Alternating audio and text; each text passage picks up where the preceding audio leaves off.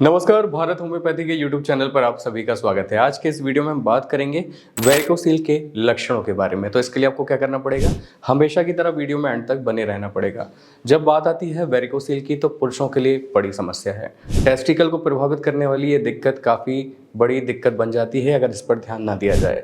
शुरुआत होती है इसकी इंडाइजेशन की प्रॉब्लम से। आपका पेट का दुरुस्त ना रहना ये सबसे बड़ा रीज़न बन जाता है वेरिकोसील के लिए, क्योंकि आपकी पेट की खराबी से ही आपके ब्लड फ्लो की गड़बड़ी की शुरुआत होती है। यानी कि ब्लड का जो फ्लो है वो प्रॉपर नहीं हो पाता, उसकी वजह से टेस्टिकल्स में ब्लड का जमाव होना शुरू हो जाता है, जिसमें आपको कई सारी फिर सिचुएशंस का सामना करना पड़ता है। उन्हीं पर आज हम बात करेंगे कि क्या वो लक्षण हैं जो आपको दिखाई देते हैं वेरिकोसील के अंदर। तो वेरिकोसील के अगर लक्षणों की बात करें तो सबसे पहला लक्षण आपको जो दिखाई देगा, आपकी जो टेस्टिकल्स की नसें हैं वो काफ़ी इन्फ्लेम्ड होने लगती हैं। आपको उसमें सूजन या भारीपन जैसा महसूस होने लगेगा।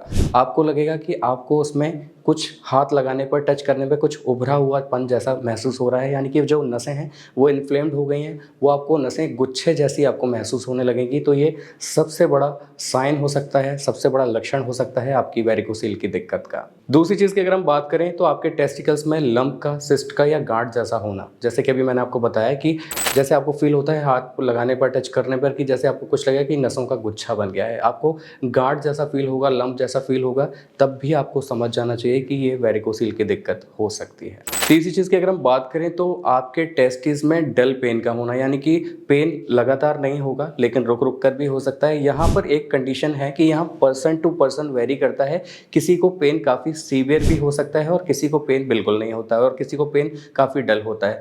तो इन सारी चीज़ों से भी आप समझ सकते हैं कि आपको वेरिकोसील की दिक्कत हो रही है।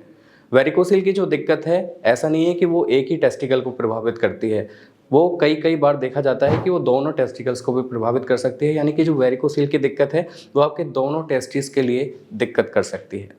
इसमें कुछ चीज़ें जो आप देख सकते हैं, एक तो जो आपके जो टेस्टिस होते हैं वो एट्रोफिक नेचर के हो जाते हैं। एट्रोफिक नेचर का मतलब ये है कि जो आपके टेस्टिकल्स होते हैं वो कॉन्ट्रैक्टेड होना शुरू हो जाते हैं, वो थोड़ा सिकुड़ना शुरू हो जाते हैं, जो भी एक बड़ा साइन, बड़ा लक्षण हो सकता है आपके वेरिकोसील की दिक्कत का।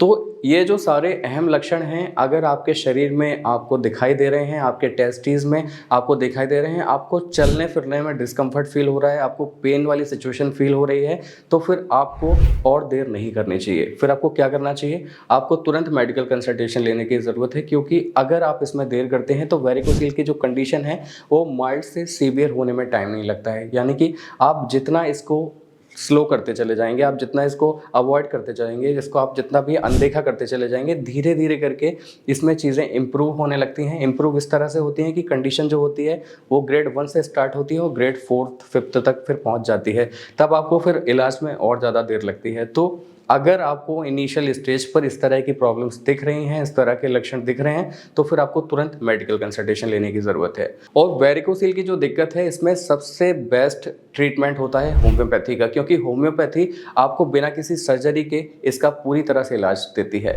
तो इसके लिए बेस्ट मेडिसिन के तौर पे होम्योपैथी काम करता है। ये आपकी वेरिकोसील की बीमारी को पूरी तरह से रिजॉल्व कर देता है, बिना किसी चीड़-फाड़ के, बिना किसी सर्जरी के। तो अगर आपको कोई भी ऐसे सिम्पटम्स दिखाई दे रहे हैं, कोई ऐसे लक्षण दिखाई दे रहे हैं, तो आप तुरंत हमारे भारत होम्योपैथी के डॉक्टर से संपर्क कर सकते हैं। नंबर्स आपके स्क्रीन पर हैं।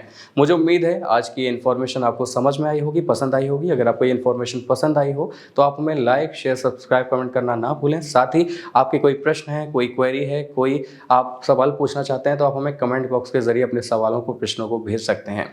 आज के वीडियो में बस इतना ही। अगले वीडियो में आपसे फिर होगी मुलाकात। तब तक के लिए नमस्कार।